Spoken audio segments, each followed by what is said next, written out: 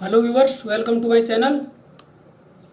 आज हम एक्सरसाइज 3.4 का क्वेश्चन 2 का पार्ट 5 सोल्व करेंगे। हमारा क्वेश्चन है following form the pair of linear equation in the following problems and find their solution by elimination method.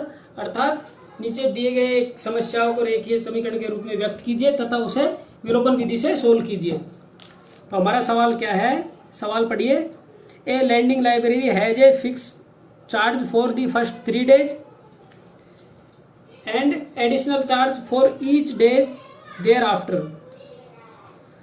अर्थात एक किताबें किराए पर देने वाली लाइब्रेरी 3 दिन के लिए फिक्स चार्ज लेती है तथा उसके बाद में पर डे के हिसाब से एक्स्ट्रा चार्ज लेती है। तो Sarita paid 27 rupees for a book kept in 7 days. Sarita ने 27 रुपये चुकाए एक बुक को 7 दिन तक अपने पास रखने के लिए। ठीक इसी प्रकार सुशी ने 21 रुपये चुकाए for the book she kept for 5 days. एक बुक को 5 दिनों के लिए अपने पास रखने के लिए उसने 21 रुपये चुकाए। इस प्रकार find the fix charge and the charge for extra days. तो आप ज्ञात कीजिए कि उस लाइब्रेरी का फिक्स चार्ज क्या है और पर डे के हिसाब से एक्स्ट्रा चार्ज क्या है। ये हमारा सवाल है। मैंने जैसे कि आपको पहले भी बताया है कि सवाल को अच्छे से समझिए, 10-15 मिनट एक्स्ट्रा दीजिए, एक बार समझ आ जाए उसके बाद भी 10-15 सेकंड एक्स्ट्रा दीजिए, उसके बाद चलिए। अर्थात मेरा कहने का मतलब है कि यदि हम रेस शुरू कर रहे हैं तो पहले एक बार सुनिए 1 2 3 रेडी गो, जब ही चलना है। यदि हमने रेडी और गो नहीं सुना और चल दिए तो हमारा सवाल गलत हो जाएगा। तो हमने यहाँ पे समझ लिया सवाल को। अब हम शुरू करते हैं। यहाँ पर हम सबसे पहले अज्यूम करेंगे फिक्स चार्ज और एक्स्ट्रा डे चार्ज। तो यहाँ पर लिखेंगे लेट अज्यूम फिक्स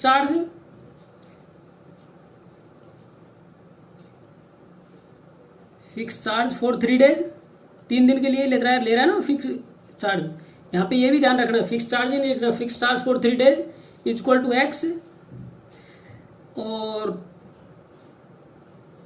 यहाँ पे दूसरा क्या लिखेंगे, एक्स्ट्रा चार्ज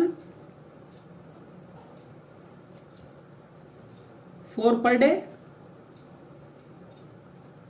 प्रत्येक दिन के लिए एक्स्ट्रा चार्ज क्या लेगा वो वाई मान लिया उसको हमने।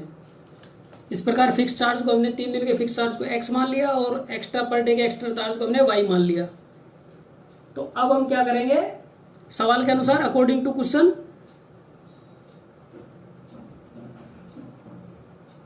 अकॉर्डिंग टू क्वेश्चन क्या होगा, हमारी पहली कंडीशन क्या है, कंडीशन फर्स्ट हमारी है कि सरिता ने क्या किया, 27 रुपये चुकाए 7 दिन के लिए। तो इसको एल्जेब्रिक फॉर्म में किस प्रकार लिखेंगे, 3 दिन का भाड़ा कितना है, एक्स है, एक्स ही माना है हमने। 3 दिन का फिक्स चार्ज है एक्स और बाकी उसके 7 दिन में से 3 दिन गए तो कितने दिन बचे, 4 दिन बचे। 7 डेज थे ना, यहाँ देखिए 7 डेज।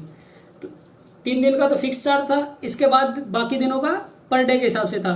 तो 4 दिन रही थी, एक दिन का कितना माना हमने वाई, तो 4 दिन का क्या हो जाएगा 4y अर्थात 4y। X plus 4y equal to 27। उसने कितने रुपए दिए थे, 27 रुपये दिए थे। कंडीशन सेकंड हमारी क्या होगी, कंडीशन सेकंड सुशी ने क्या किया था, सुशी ने 5 दिन बुक्स को रखा। तो 3 दिन का तो फिक्स चार्ज दिया, फिक्स चार्ज क्या था 3 दिन के लिए एक्स। 5 दिन में से 3 दिन घटा दिए तो एक्स्ट्रा चार्ज उसने कितने दिनों का दिया, मात्र 2 दिनों का दिया। तो 2 दिन का क्या हो गया, एक दिन का y है तो 2 दिन का हो गया 2y इक्वल टू 21। ये हमारी इक्वेशन 2 आ गई। इस प्रकार हमने सवाल को क्या किया, एल्जेब्रिक फॉर्म में रख लिया।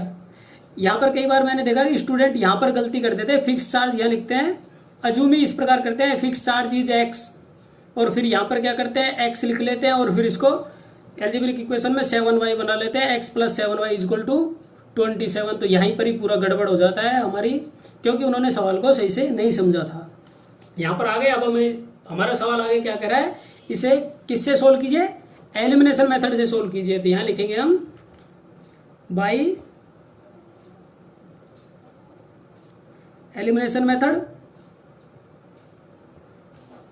जैसा सवाल बोला है वैसे ही करेंगे। एलिमिनेशन मेथड में फर्स्ट स्टेप क्या है, क्वेश्चन को हमें क्या करना है, एल्जेब्रिक फॉर्म में लिखना है। सेकंड स्टेप क्या है, किसी सूटेबल वेरिएबल से किसी एक वेरिएबल के कोफिशिएंट को एल्जेब्रिकली सेम करने के लिए सूटेबल वेरिएबल से मल्टीप्लाई करना पड़ता है इक्वेशन 1 को या इक्वेशन 2 को, या दोनों को किसी अलग अलग कॉन्स्टेंट से मल्टीप्लाई करना पड़ता है। तो यहाँ पर एक्स का गुणांक इक्वेशन 1 में भी एक है और इक्वेशन 2 में भी एक है, तो ये भी हमें नहीं करना है। स्टेप थर्ड पे आ जाना है। स्टेप थर्ड में क्या करना है, हमें या तो प्लस करना है या करना है माइनस करना है, किसी एक वेरिएबल को एलिमिनेट करना है। इसमें हम वेरिएबल वाई एक्स को एलिमिनेट करने के लिए क्या करेंगे, सब्सट्रैक्ट करेंगे। तो यहाँ पर स्टेप थर्ड में हम क्या करेंगे, subtract equation 1 from equation 2। Equation 2 में से इक्वेशन 1 को घटाने पर x plus 2y is equal to 21, ये हमारी इक्वेशन 1 है। और दूसरी इक्वेशन को जो माइनस करनी है वो है x plus 4y is equal to 27, ये हमारी इक्वेशन 1 है। तो माइनस करने पर साइन चेंज हो जाते हैं, माइनस हो जाएगा प्लस का, यहाँ भी प्लस का माइनस, यहाँ भी प्लस का माइनस हो जाएगा। तो साथियों मैंने आपको पिछले क्वेश्चन में बताया था कि साइन किस प्रकार चेंज होते हैं, ये हम आपको अगले क्वेश्चन में बताएंगे। तो हमारे अगले क्वेश्चन में हम आपको बताते हैं कि साइन किस प्रकार चेंज होते हैं। तो सबसे पहले क्या है कि हम इस सवाल को सोल्व कर लेते हैं, उसके बाद बताएंगे, क्योंकि जिन साथियों को, जिन स्टूडेंट्स को इस बारे में पता है उनका टाइम खराब नहीं हो, इसलिए हम इसको पहले सवाल को सोल्व करते हैं। सवाल को सोल्व करने के बाद बताएंगे कि ये साइन क्यों चेंज होते हैं। जिनको आवश्यकता है वो इसको वीडियो को आगे देखेंगे, वरना सॉल्यूशन पाने के बाद क्विट कर सकते हैं। ओके, तो पहले हम सवाल को सोल्व करते हैं। सवाल को सोल्व किया तो प्लस एक्स और माइनस एक्स कैंसिल हो जाएगा, यहाँ पर प्लस 2y माइनस 4y में से जाएगा तो हमारे पास बचेगा माइनस 2y। इसी प्रकार माइनस 27 में से 21 जाएगा तो हमारे पास बचेगा माइनस 6, बराबर। यहाँ तक हम सही हैं। देन अब यहाँ पर हमें क्या लिखना पड़ेगा, then y is equal to क्या आएगा, -6 अपॉन -2, माइनस से माइनस कैंसिल हो जाएगा, 2 1 जा 2 3 जा 6। तो हमारे पास क्या आया, y का मान आ जाएगा y इज इक्वल टू 3।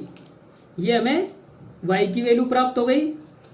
ठीक इसी प्रकार अब हम स्टेप 4 पे आ जाएंगे एलिमिनेशन मेथड में।